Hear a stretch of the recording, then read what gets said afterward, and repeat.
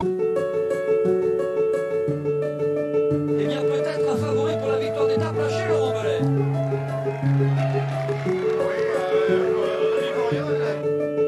C'est gentil Thierry, pas mauvais. Même pas de vélo Thierry, on voit bien. Il vient du foot le Thierry, on voit bien, on voit bien.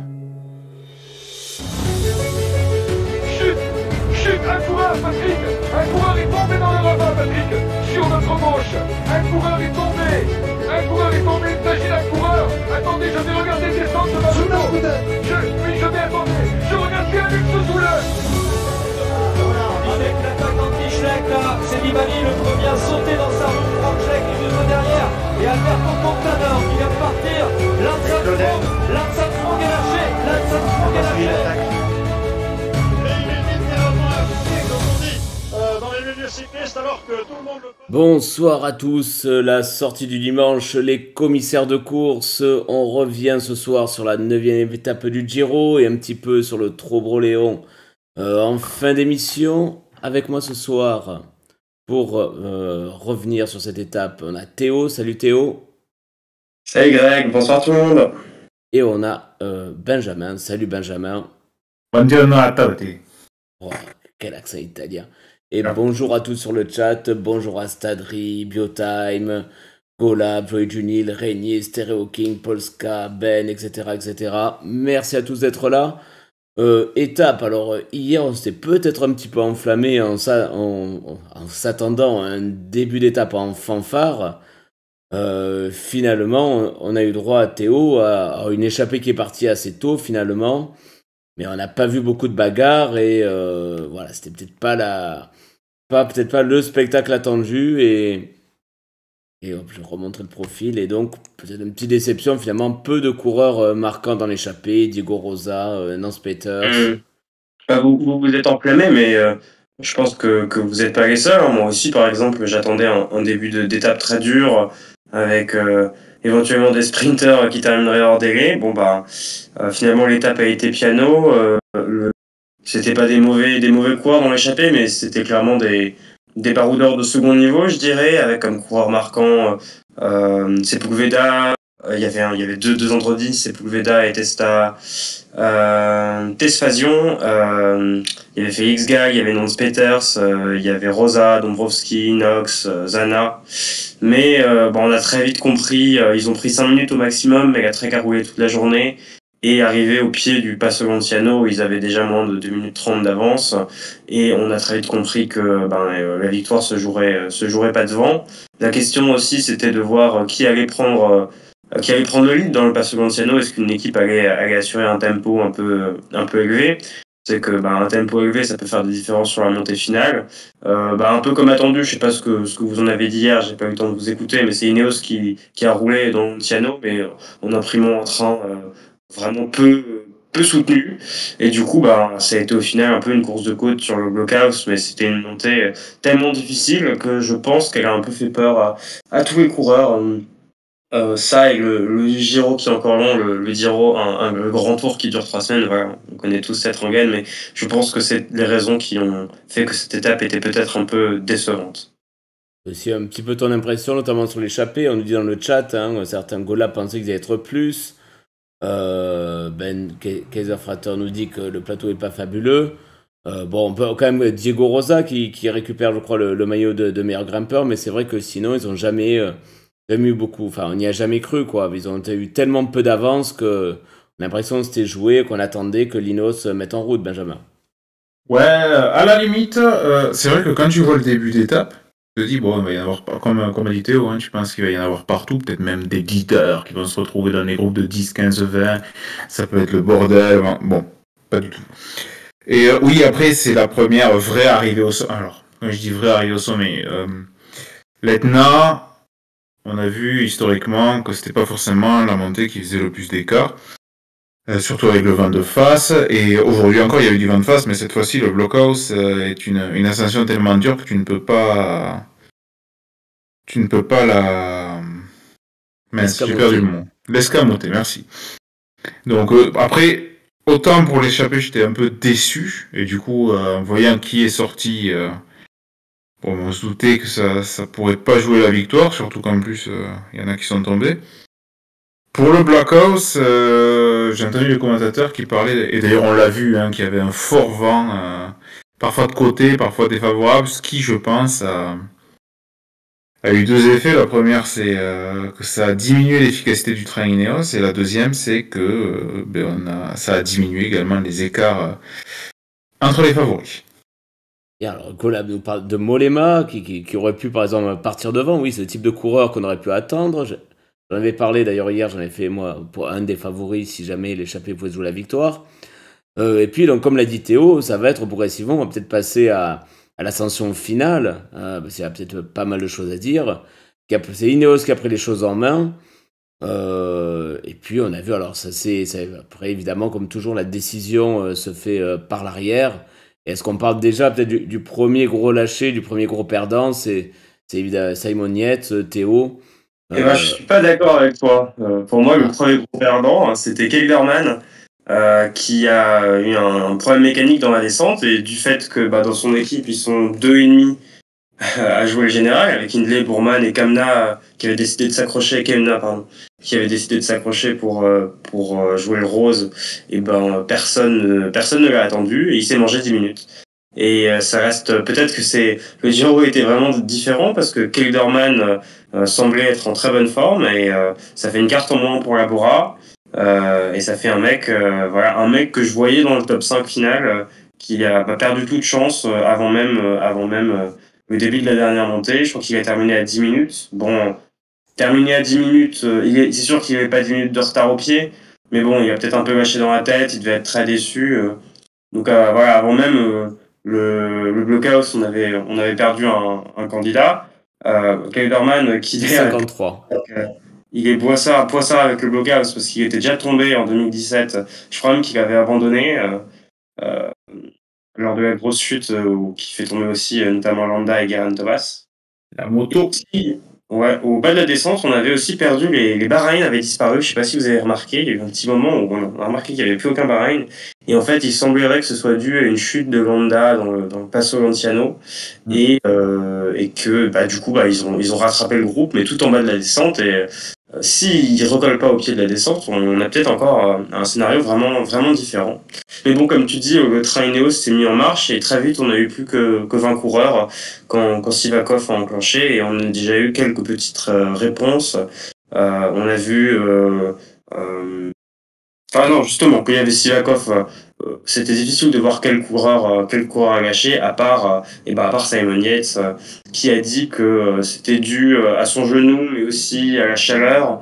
Il avait l'air assez déprimé. On a aussi vu qu'il y avait une grosse serviette autour du cou, donc peut-être qu'il est un peu malade. Je pense que c'est multifactoriel pour Simon Yates, mais je me demande s'il sera au départ mardi prochain. C'est ton avis sur Yates? On l'avait dit, il avait été bon en première semaine. On a l'impression que c'est un peu la malédiction chez lui d'être étincelant parfois en début de tour, et puis après s'effondrer totalement. Alors les raisons, malade, blessé, etc., ne supporte pas la chaleur, peu importe. On a l'impression que il est un petit peu maudit de ce côté-là, Benjamin. Ouais, bon, déjà, il aura gagné dans sa carrière en Grand Tour avec la Volta. Maintenant, Simon Yates, au-delà du fait que c'est très compliqué à le lire, généralement, il y a toujours un moment où ça déconne. Avec la haute montagne, la très haute montagne qu'il y avait la dernière semaine, j'y croyais absolument pas. Mais je pensais quand même pas qu'il allait péter autant aussitôt. Et un autre qui m'a surpris dans l'explosion, c'est Ciccone. Je m'attendais pas à le voir lâcher. Je crois pas qu'en plus il soit tombé, Ciccone. Non, en tout cas, on a pas eu une nouvelle. Il pète en même temps que Mollema. Non, on a eu un début de Blockhouse. D'ailleurs, ça m'a fait plaisir parce que c'était la première vraie grosse montée du Grand Tour, avec immédiatement des noms des prétendants qui explosent. Alors Tom Dumoulin, personne n'en attendait plus rien. Van de Venant, qui montre que peut-être il sera jamais un grand grimpeur, plus un puncher. Et puis Ciccone, puis Simon Yates. Et alors on n'a même pas vu. Alors comme tu disais, Théo, Kelderman était déjà lâché. Tobias Foss a volé un éclat d'une manière invisible, ouais. Incroyable, 52e à 22 minutes aujourd'hui. Il y a eu plusieurs coureurs qui vraiment ont pris un énorme tir. T'as 23-24 coureurs qui se sont détachés assez vite. avec Simon Yates qui a essayé un temps de limiter l'écart, mais bon, à 9 km de l'arrivée, il était tout seul, les autres n'avaient même pas encore commencé à s'expliquer entre eux, donc c'était logique qu'il explose. Donc voilà, déjà, en fait, moi je me suis dit, après 3-4 km d'ascension, bon, quoi qu'il arrive, le blockhouse aura fait déjà des dégâts, et puis malgré cette bagarre qui entre les premiers n'a pas causé tant d'écart, on a eu également une autre élimination par l'arrière, avec quelques outsiders qui ont perdu pas mal de temps. Hein. Je pense à Omen, Kamna, Sosa, Carty aussi. Carty surtout, qui ont perdu pas mal de temps. En fait, il y a un gap entre le 15e, donc c'est Juan Pedro Lopez, le maillot rose, que j'attendais personnellement. Très vaillant, Lopez. Je pensais pas qu'il garderait son maillot rose, surtout qu'en plus il se fait lâcher sur. Et tout, il me semble quand même. Hein. Ben, il se fait lâcher sur. Je crois qu'il se touche avec Ouman et il est obligé de mettre pied à terre, ce qui est horrible dans un col pour repartir.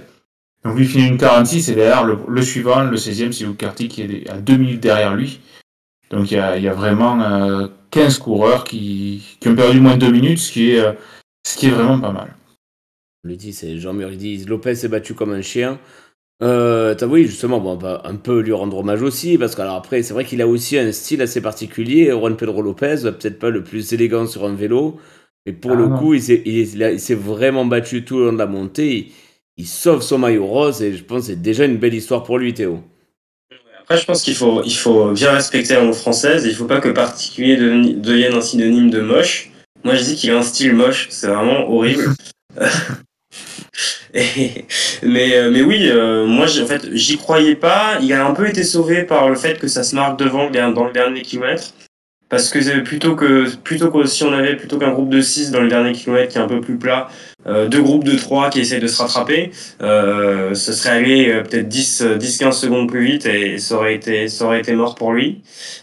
J'espère qu'il se prendra pas de pénalité, parce qu'il a dit qu'il avait jeté un bidon sur sa moment. Alors je suis pas expert en classement UCI, mais peut-être que c'est le genre de truc qui peut te faire avoir 20 secondes de pénalité. Non, ça, s'il a vraiment jeté un bidon sur Oumen, c'est déclassement. Dégage. Ouais. Bah, j'espère que ça lui arrivera pas et qu'on n'aura pas de mauvaises surprises lors de la journée de repos. Mais oui, il s'est bien battu. Il n'a pas fait l'erreur de s'accrocher jusqu'au bout. Peut-être que c'est le vent qui l'a aidé. Il se fait décrocher dans une partie où il y a plus de vent. Et du coup, il est monté à son rythme. Je pense qu'il a été aidé sur un moment dans la montée par Pello Bilbao, qui a été lâché. Il est même revenu un moment sur le groupe, sur le groupe Martin. Et Martin, ouais. Bon, après, il a complètement explosé de ce groupe, mais ça a dû lui permettre de pouvoir continuer et pas d'être seul dans la pampa. Et oui, donc Antimo sur Bilbao qui est monté en effort curseur, hein, il a chuté dès le début de l'étape, il semblait très en difficulté, il a dû avoir la chance de se refaire pendant l'étape et finalement il fait une belle montée, à voir comment il réagit par rapport à ses chutes. Et je pense que c'est le moment où on peut parler de Guillaume Martin, qui c'était un peu l'interrogation côté français et même côté favori du jour après son étape de hier où il a pris 3 minutes, mais il a aussi dépensé pas mal d'énergie pendant que derrière ça passait une journée un peu plus tranquille. Au final, il fait une superbe montée, il pète pas longtemps après Lopez et je me dis oula, il va peut-être prendre ses 3 minutes. Hein.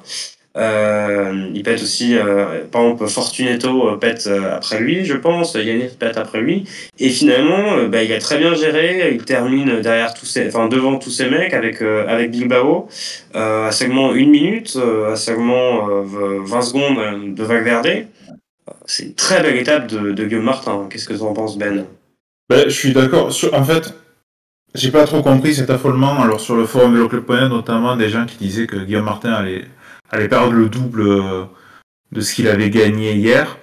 Hier, Guillaume Martin, il était jusqu'à 40 km de l'arrivée, et l'attaque de Mathieu Van Der Poel est dans un groupe de 30-40 coureurs. Ça veut dire que dans les roues, c'est comme si tu étais dans les 30-40 premiers du peloton, donc tu gagnes, tu perds pas grand chose en énergie. Et alors ensuite, bien sûr, il s'est donné sur les derniers kilomètres, donc là oui, il fait une dépense d'effort supérieure à ses adversaires, mais il s'évite également une journée pleine de stress. Ça a dû bien stresser dans le peloton. Vu les trains qu'il y avait des équipes, À chaque fois, au pied des bosses ou justement dans les descentes, ça a dû bien stresser dans le peloton. Et également, il se remet dans la peau d'un gars qui reprend du temps aux autres, qui passe même devant eux. Enfin, mentalement, c'est super. Donc l'étape Paris, c'était bien entendu aujourd'hui. Est-ce qu'il allait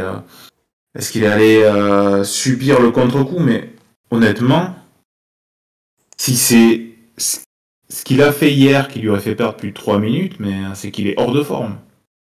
Tu perds pas 3 minutes parce que tu as fait 40 bornes en échappé avec des descentes, avec du plat où tu es dans les roues, quoi.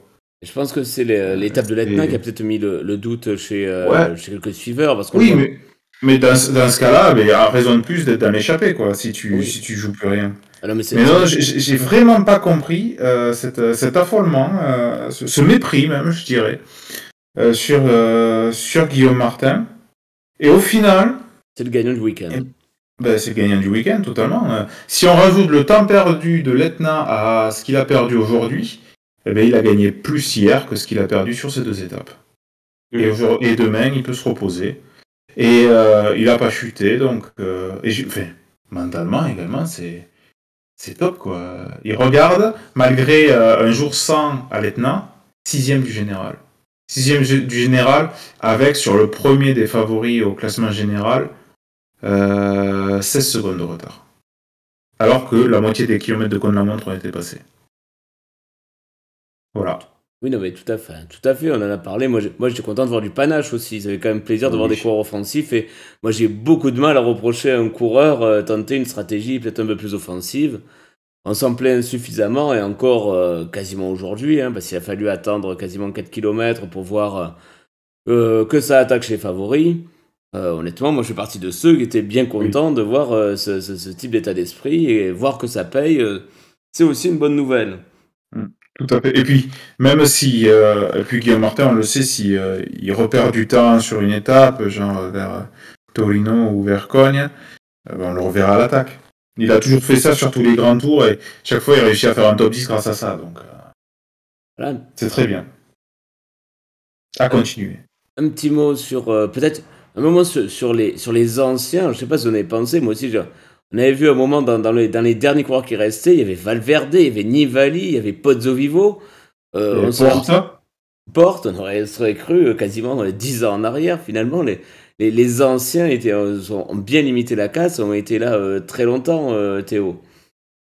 Ouais, un peu surpris par Nibali notamment, et Pozzovivo qui avait un peu lâché de temps sur l'Etna, et qui sur une étape de montagne plus classique, c'est-à-dire après plusieurs jours de course avec plusieurs montées dans la journée, montrent qu'ils font partie des meilleurs sur ce Giro, et que ils ont leur chance pour faire un bon classement général. Le meilleur des vieux, c'était Pozzovivo, qui a fait une montée solide, qui faisait partie des 6 meilleurs, mais je pense qu'il était pas loin de lâcher les roues, et qui s'est accroché. C'est le seul du sprint, le seul du groupe de devant à perdre du temps au sprint. Je pense que ça dénote quand même une sorte de manque de densité de ce Giro. Et de ce Giro, c'est un peu, ça arrive souvent sur le Giro, mais voilà, si ces coureurs-là, qui sont quand même plutôt en bout de course, arrivent quand même à truster des positions dans le top 10, c'est que voilà, on n'a pas le top du top au niveau de la start list de ce qui se fait en matière de classement généraux de nos jours, quoi. Et c'est pas pour dévaloriser leur performance, mais j'ai du mal à les voir, sauf transversement de situation improbable, on a déjà vu ça sur Nibali, faire mieux qu'entre 5 et 10 sur ce Tour d'Italie. Ouais, attention pour Pozzovivo. Alors je me permets, excuse-moi, pour Pozzovivo, si on regarde son dernier Tour d'Italie, c'est 2020. Enfin, son avant-dernier, parce que en 2021, il est non partant à la 7e étape. Donc, si on regarde son dernier Tour d'Italie, qui est également son dernier grand tour fini, il était 4e jusqu'au départ de la 13e étape. Puis bon, il perd quelques places lors du contre-la-montre, et sur la fin, il sort du top 10. Donc je pense quand même, attention, c'est la première arrivée à altitude, ça a été une montée sèche, le blockhouse, c'est également une montée très très difficile, et jamais je reviendrai dessus. C'est une montée qu'on ne peut pas escamoter, mais par contre, si on regarde l'altitude, 1664 mètres, c'est pas ça qui va jouer chez certains coureurs. Un Valverde, par exemple, on sait que c'est après qu'il commence à avoir du mal.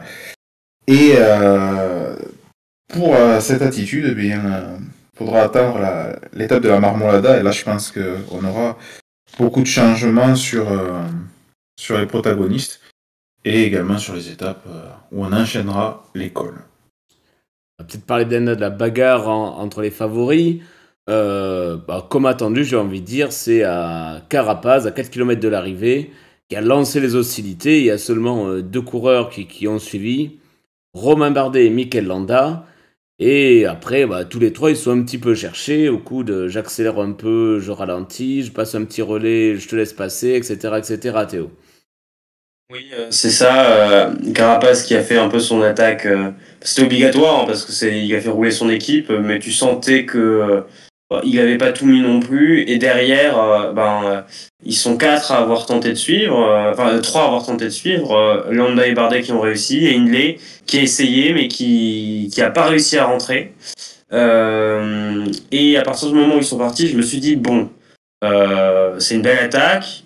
Est-ce qu'ils vont collaborer, et surtout comment Almeida va réagir, et on a compris assez vite qu'en fait Almeida il allait faire une Almeida, et d'ailleurs il avait commencé même avant cette attaque à se faire lâcher, à commencer à revenir.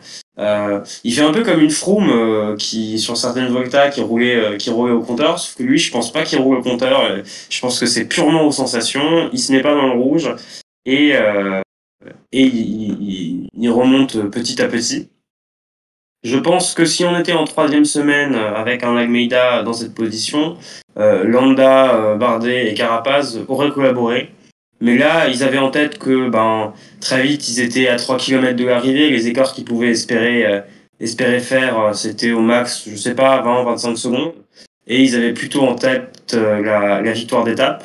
En tout cas, c'est ce que Bardet a dit dans son interview, qu'il pensait vraiment à la victoire d'étape, qu'il n'avait pas tout mis et qu'il n'avait pas l'impression que les autres aient tout mis. Landa, lui, c'était le moins explosif des 3, je pense, et peut-être qu'il était encore un peu sonné par sa chute et déjà content d'être là. Et Carapaz lui a dit qu'il sentait qu'il n'était pas dans une grande journée, et je pense que lui aussi, il s'est contenté de la victoire d'étape. Alors on a vu que c'était les 3 plus forts. Oui, ils n'ont pas réussi à reprendre du temps sur les autres. Peut-être qu'ils s'en mordront les doigts en 3e semaine. Mais quand on regarde de quoi est composée la 3e semaine, c'est pas 20-25 secondes qui, je pense, feront la différence. En tout cas, je l'espère. Et c'est ça qui peut expliquer peut-être un peu ce final anticlimactique, je sais pas comment dire. Ce final un peu décevant peut-être, avec finalement une victoire au sprint entre 6 coureurs, quoi. Stadré qui nous dit qu'Almeida se sentait peut-être pas très bien. Jean-Mère nous dit Bardet était le plus fort. Alors, c'est vrai moi j'ai trouvé très bien Benjamin, assez à l'aise. On l'a vu même essayer de relancer, mais il n'a jamais insisté finalement entre Landa et Carapaz. Enfin, avec Landa et Carapaz, toujours, ça s'est beaucoup regardé finalement. Par contre, voilà, est-ce que tu es un peu déçu, toi, que tu aurais imaginé un Bardet peut-être un peu plus offensif, un peu qui prolonge un peu ses accélérations? Ouais, peut-être celle à 1 km 200 de l'arrivée, sinon. Devant ma télé, moi j'avais peur qu'il se fasse contrer par Landa ou par Carapaz. J'arrivais pas à savoir lequel des 3 était le plus fort. Après, quand Bardet a attaqué à 1 km 5 de la ligne, là, je me suis dit, bon, quand même qu'il devait avoir les jambes. Après, le problème, c'est qu'on a 3 coureurs devant qui sont pas les plus grands gagneurs du peloton. Je veux dire, un Pogacar, dans la même situation, hein, j'entends avec les jambes pas 3 fois au-dessus des autres, où un Froome aurait appuyé à un moment, aurait placé une attaque et aurait continué sur 1 km, enfin peut-être pas 1 km, mais 500 mètres ou 600 mètres pour voir si vraiment il y avait des dégâts. Après, encore une fois, je sais pas comment était le vent dans le final. Pour Bardet, s'il était vraiment le plus fort, il y a 2 points négatifs.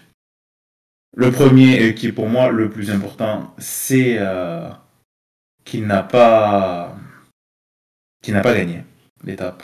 Je pense que ça lui aurait vraiment fait du bien.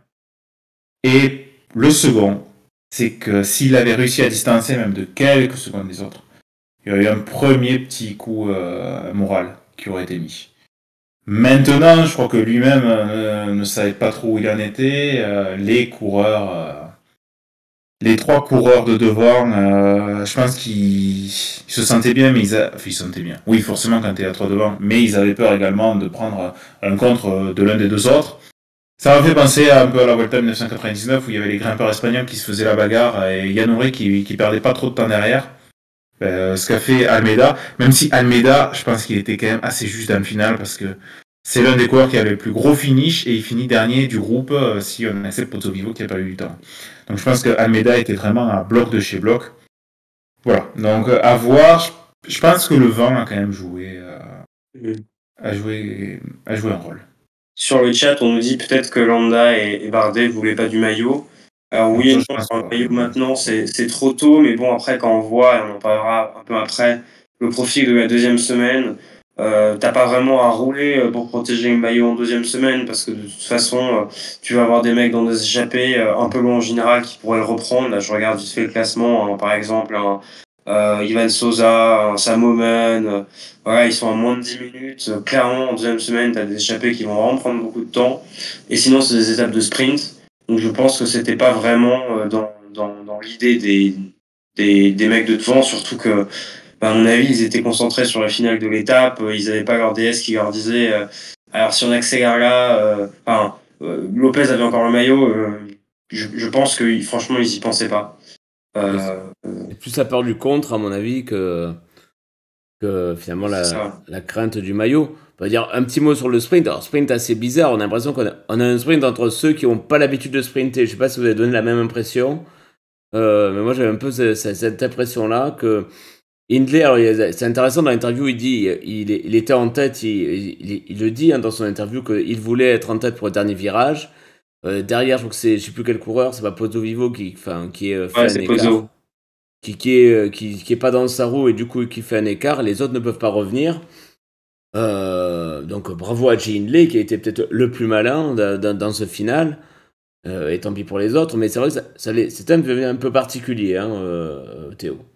Ouais, et même Hindley le plus malin sur la finale, et le plus malin sur les 6 derniers kilomètres de montée, parce que quand il a vu qu'il n'arrivait pas à suivre l'attaque, il n'a pas réfléchi, il s'est posé dans la roue d'Almeida, et il a laissé Almeida rouler, et c'est la meilleure façon de remonter vite sans perdre trop d'énergie. Et pour le final, c'était un final un peu particulier avec un virage en dévers, je pense que les plus forts sur le sprint, c'était Carapaz et Bardet. Et Bardet prend pas très bien son virage. Carapaz attend un peu avant de passer Pozzo Vivo, parce que je pense qu'il sait qu'il a Bardet dans sa roue et il va pas lancer trop tôt non plus. Et au final, ça se joue à quelque chose comme 20-30 cm. Bardet peut s'en mordre les doigts, parce que Carapaz aussi d'ailleurs, parce que Bardet, il a pas beaucoup de victoires pro. Il a une victoire sur le Tour, une victoire sur la Vuelta, a fait une victoire sur le Giro. En cas il gagnera le général, ça sera mieux. C'est sûr, non, mais en cas de pépin en troisième semaine, ça aurait fait ça déjà d'assurer pour son équipe et d'assurer pour sa saison. Donc c'est dommage de perdre pour aussi peu. Après c'est pas cataclysmique, mais je suis d'accord avec toi, Greg. C'est toujours un peu particulier les sprints en montée entre des mecs qui justement n'ont pas forcément l'habitude de sprinter, aussi quel braquet choisir, le final remonter un petit peu après une petite descente. Et c'est pour ça que moi, honnêtement, Bardet peut s'en vouloir parce qu'il est trop loin. Oui, alors il faut pas partir dans le vent, mais quand t'es quatrième dans un sprint à 6 après un virage et il n'arrivait pas trop loin après le virage, faut vraiment lancer très tôt ou que les mecs devant s'écrasent pour pouvoir remonter, quoi. Donc tant pis pour lui. Benjamin, un petit mot sur Jay Hindley. Coureur, alors on va peut-être revenir le plus marquant, c'est son grand échec dans sa carrière, peut-être c'est sa deuxième place en 2020, où on pouvait presque penser qu'il avait presque course gagnée, et est-ce que c'est pas aujourd'hui peut-être son retour au premier plan après des moments difficiles? Oui, déjà après une année 2021 qui est quand même pas terrible, avec une 18e place sur Paris-Nice, 7e place au Tour de Pologne, et c'est tout. Forcément, le deuxième du Giro 2020 revient sur le premier plan. On se rappelle également que sur ce Giro 2020, l'étape où il aurait pu prendre le plus de temps, l'étape de Sestriere avait été amputée de ces 2 grands cols. Hein. Ça avait fini avec plusieurs ascensions de Sestrières. Bon, c'est pas une étape de haute montagne du coup. Maintenant, j'attends de voir ce qu'il va faire sur la très très haute montagne. Avec une opposition plus importante peut-être que ce qu'il y avait en 2020. C'est le facteur X. Hein. On sait pas. On sait pas. Il a essayé de suivre l'attaque de Carapaz. Il n'a pas pu suivre. Après, il était dans la roue de Almeida. Et là, je pense encore une fois, quand on voit Hindley et Pozzovivo qui tiennent tout le long, je pense que vraiment le vent a une importance. Mais sur le sprint, il a quand même réussi à tenir la remontée de Carapaz et de Bardet. C'est vraiment un coureur, tu vois, que je n'arrive pas à lire. Donc je vais rien dire sur lui, j'y crois pas trop. Enfin, pour la victoire finale, j'y crois pas. Même pour le podium, j'y crois pas. Est-ce que déjà, la victoire d'étape, c'est pas une victoire d'étape, c'est déjà pas mal. Enfin, de prestige aussi, parce que le bloc. Oui, bien sûr, mais forcément, vu que c'est à la pédale, tu es obligé de te projeter sur la suite. Là. Surtout qu'il y a une équipe monstrueuse. On nous demande sur le chat juste si c'est un bon rouleur. Ben, c'est moyen. Enfin, c'est un rouleur moyen. Hein. Il est 32e sur la deuxième étape de ce Giro. Je vois qu'en début de saison, il fait 54e sur le Tour, 47e sur le chrono de Tirreno. Moyenne, c'est gentil. Hein. C'est comme le style particulier de... Je suis sympa ce soir. J'ai l'idée d'être indulgent, tu vois. Je suis sympa ce soir, voilà. Ce qui est bien pour Hindley aussi, c'est que la hiérarchie s'est un peu clarifiée chez Bora. Ok, il y a Bourman qui va, je pense, continuer à jouer sa carte, au moins pendant la deuxième semaine. Mais Kelderman, il est passé par la fenêtre et il va faire équipier, je pense.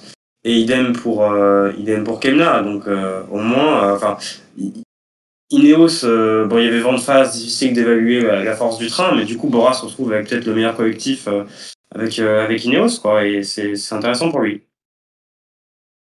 Ça sera à suivre. Là, j'affiche le classement général pour faire un petit bilan. Donc, Juan Pedro Lopez, toujours leader.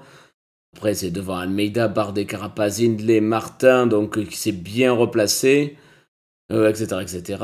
Et on voit qu'il y a quand même déjà de gros écarts ensuite, hein, et que ça annonce de terribles écarts, à mon avis, avec les étapes qui arrivent, notamment la 3e semaine. Ça reste quand même encore très ouvert. Il y aura encore beaucoup de surprises à venir hein, sur ce Giro. Allez, Théo. Oui, et pour faire un petit point bilan première semaine classement général, on voit que on a 10 coureurs qui sont très proches, avec des temps resserrés qu'au-delà les autres ont commencé déjà à lâcher.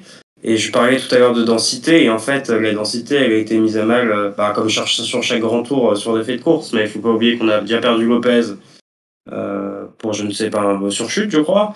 On a perdu Simon Yates, du coup, presque aussi sur la même chute. Et on perd Kelderman sur incident mécanique au pire moment. Ça annonce un Giro serré, et à la fois avec, on sait quels coureurs suivent maintenant, pour la 3e semaine, mais moi ce que je me demande, c'est est-ce qu'on risque pas un peu de s'ennuyer pendant 9 jours, parce que si on regarde les étapes de la 2e semaine, est-ce que les favoris vont vraiment pouvoir s'expliquer? On sait que sur le Giro, on a souvent eu une étape un peu traditionnelle, la 2e étape, l'étape après le 2e jour de repos ou le 1er jour de repos, s'il n'y a pas de départ à l'étranger, où on a un départ à monter, on a toujours des mecs qui pètent. Je pense à Landa en 2016, si je dis pas de bêtises, à Enaou en 2018. L'étape du jour de repos elle est plutôt simple cette année, et les étapes du week-end prochain sont pas non plus très très difficiles, donc on risque un peu de s'ennuyer ferme, je pense. Nous on est français, on va suivre les victoires d'Arnaud Démare, on espère. Il y aura des échappées de coureurs costauds, mais pour le général, je pense que ça va pas trop bouger. Et au final, ça fait un peu un tour, un Giro, un peu comme le Tour de France, où il n'y a pas beaucoup d'écart entre les favoris et tous jouent sur les dernières étapes de montagne. Alors, c'est bien pour le suspense, mais est-ce que c'est bien pour le spectacle? C'est ce que je demande à Ben. Alors déjà, je te dirais que c'est faux. Sur le Tour de France, c'est plus le cas maintenant. Puisque souvent, des premiers massifs, ça attaque fort. Sinon, oui, quand tu regardes la 2e semaine, c'est pas folichon. Et alors, par contre, moi, ce qui m'inquiète sur cette 2e semaine, avec beaucoup d'étapes qui peuvent se jouer au sprint, c'est qu'on perde d'autres coureurs surchutent. Ça c'est une petite inquiétude que j'ai quand même. Parce que si on regarde vraiment, alors ça va être Celle de l'étape mardi de est mardi. affichée. Ouais, alors je sais pas, mardi, j'arrive pas à la lire cette étape, mais la 11e ça sera sprint, 12e ça sera par hauteur, je pense, 13e ça sera sprint. Ça fait déjà 2 étapes où ça peut bien se tomber par terre à un peloton, et après il y a la 14 et 15e étape le week-end prochain, mais qu'est-ce que vont décider les coureurs? T'as une super étape de moyenne montagne samedi, et dimanche c'est une étape avec 3 cols, mais avec un dernier qui est à 22 km pour 4,3%. Non. Bon, c'est pas non plus extraordinaire, je sais pas ce qui va se passer, mais en effet cette deuxième semaine pourrait bien être pénible à suivre, ce qui est dommage pour un Giro. Parce qu'on sait aussi que, par exemple, sur l'étape de dimanche prochain, un col solide de 14 km à 7% suivi d'une montée moins dure, ça peut être la situation idéale pour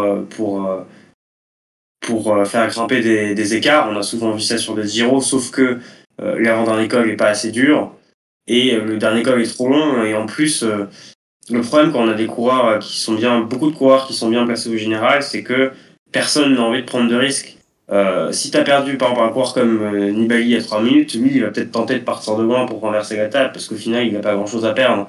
Là tous les mecs qui sont en moins de 30 secondes du premier favori au général, ils vont pas mettre le nez à la fenêtre de la semaine, quoi. Et ça m'inquiète un petit peu.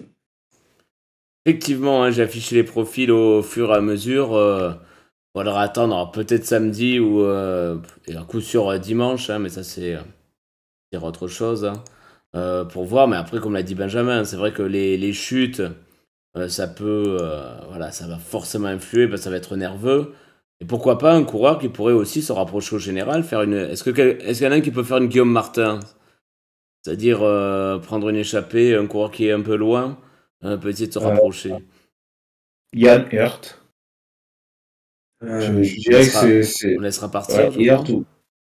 Le souci pour ce scénario, c'est que Lopez a le maillot et il va peut-être pas tout faire pour Lopez, mais bon, en vrai, c'est le. Moi, je pense qu'ils vont se battre général.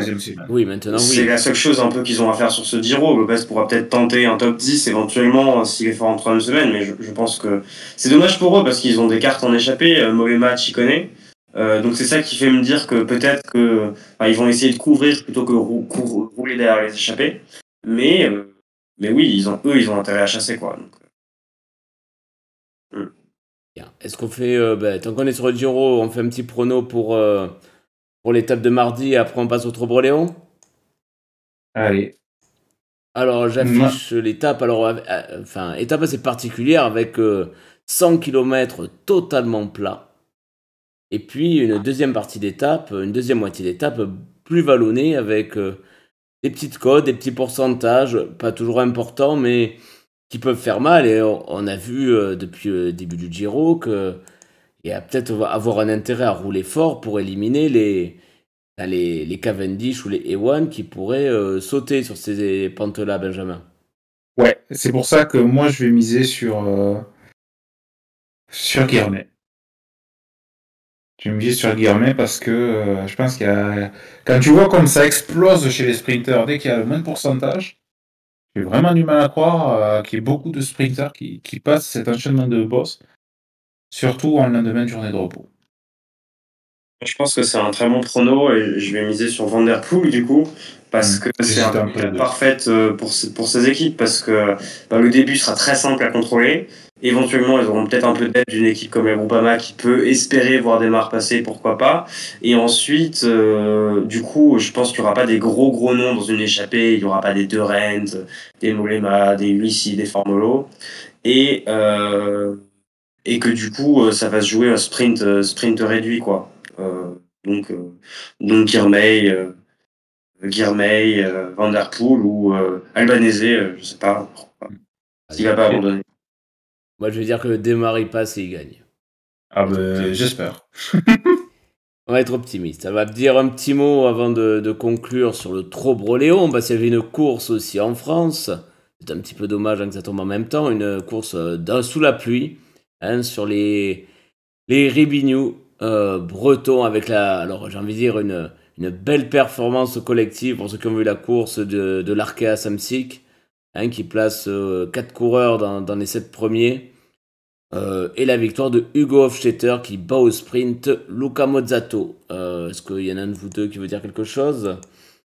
Meilleure performance de la saison pour Mozzato, je crois. Hein. En tout cas, sur une course de cette envergure, si je puis me permettre. Oui, c'est ça, effectivement. J'espère que de l'équipe, on peut dire de la BNB Hotel. Tout à fait, j'espère que ça va leur permettre de leur donner du bon au cœur et qu'ils vont se lancer sur une deuxième partie du mois de mai et mois de juin qui va amener jusqu'au Tour de France avec de bons résultats. Enfin, content pour la performance de Luca Mozzato et par là de la BNB. Deuxième chose où je suis content, c'est de voir un Joris Delboe, 14e, qui enchaîne les résultats dans les 20 premiers sur la Coupe de France. Et enfin, Hugo Hofstetter qui remporte une course après avoir tourné autour tout ce début d'année. Oui, c'est vrai. Il a fait un bon début de saison. C'est vrai qu'au moins il conclut. Quelque chose à rajouter, Théo? Oui, un peu dégoûté pour Laurent Pichon qui crève. était 3 dans un groupe de 4 avec Mozzato et Pichon crève dans l'avant-dernier secteur, j'allais dire secteur pavé, secteur empiré. Donc dommage pour lui qui après son beau Paris-Roubaix avait l'occasion de gagner une course à domicile. Et un petit mot sur Sam Watson, encore un talent de la Continentale de Groupama qui est très costaud, qui est seulement battu dans le groupe derrière par Arnaud Delis. Et j'espère vraiment très fortement qu'il va signer dans l'équipe première pour amener de la densité. Alors, notre Evaldas Siskevicius fait un top 20, ça j'avais pas vu. Eh ben, bravo Evaldas. Eh bien messieurs, à part si vous avez quelque chose à rajouter, je pense qu'on pourra conclure. Non, c'est bon. Eh bien alors... N'hésitez pas, alors suivez, merci, en fait on a un follow, merci à Nima 31 380 de nous avoir suivis, n'hésitez pas à nous suivre. Ça c'est bien 31 380. C'est chez toi ça c'est... C'est un chocolatine. C'est un chocolatine et je dirais qu'il est proche de Montastruc même. Ah bah il y a quelqu'un qui va du Tour de Hongrie. On est proche, on est voisins, on n'est pas loin. Le Tour de Hongrie, c'est Dunbar qui a gagné, mais est-ce que je sais pas grand monde. Magnifique finale de Tiberi. Ouais. Que quand je vois les images du replay, je comprends pas comment il a pu revenir en aussi peu de temps sur allez, aidez-moi, le Ineos qui était devant, c'était Dunbar. Tiberi sur Dunbar, mais voilà. Et c'est toujours comme ça que le Tour de Hongrie sur cette étape. Il y a toujours un mec qui part devant et qui se fait rattraper à la fin. Je sais pas, il y a une malédiction ou alors... Je sais pas. Mais bon, c'est un peu... C'est la seule image que j'ai vue du Tour de Hongrie cette semaine. Pour vous dire. Sinon, il y a des sprints. Le premier sprint, Jacobsen participe pas. Ensuite, Jacobsen gagne 2 étapes et Groenewegen met une pilule sur le seul sprint où les deux sprints, ils sont en roue l'un dans l'autre et Groenewegen met une pilule à Jacobsen, il lui met 5 vélos. Donc voilà, la course pour être le meilleur sprinter sur le Tour est lancée, quoi. Eh bien merci, on termine en beauté sur le Tour de Hongrie, donc n'hésitez pas à nous suivre sur les réseaux sociaux pour savoir la date et les horaires des prochaines émissions. Alors, dimanche prochain c'est sûr, mais je pense que Charles en fera d'autres dans la semaine, donc n'hésitez pas à nous suivre, à très bientôt et merci à tous, salut. Ciao. Au revoir.